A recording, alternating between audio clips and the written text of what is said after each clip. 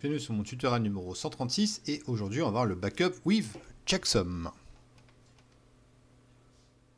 Backup with checksum.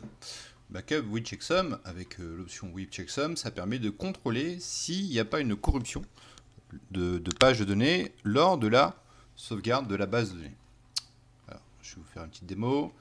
Use master, donc je l'avais déjà droppé. On va recréer la base. Ok, donc je vais l'utiliser, je vais créer juste une table très simple. Je vais insérer une valeur. Voilà, bon, rien de compliqué pour l'instant. Donc je vais la sauvegarder. Et on va voir, on va examiner les pages à travers la commande dbcc ind qui permet de voir les pages, le numéro de page FID, PID qui correspond à la page qui a été réservée lors de la création de la table. Donc on va corrompre en fait cette page numéro 80. Alors pour corrompre une page, il faut juste faire un dbcc write page. Donc bien sûr ne jamais faire en production. Hein. Bien sûr je vous le déconseille.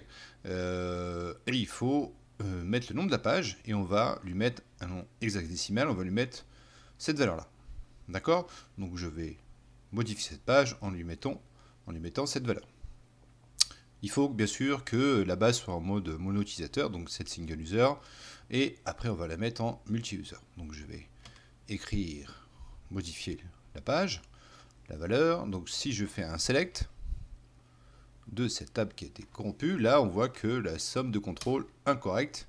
Ici il y a une erreur, il y a une corruption dans la page donnée. D'accord, donc il parle bien de la 1.80. C'est celle que j'ai corrompue. D'accord. Si je fais un backup sans le checksum, alors on va faire un backup. Là on voit que c'est passé malgré que la page soit corrompue.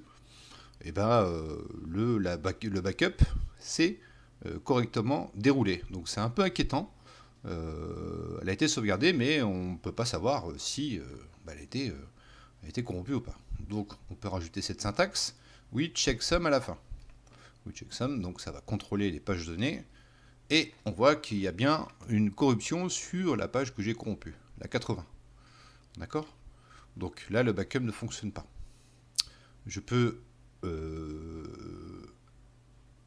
contourner en fait ce checksum en mettant après le checksum la syntaxe continue after error. Continue after error, on voit que le backup fonctionne bien.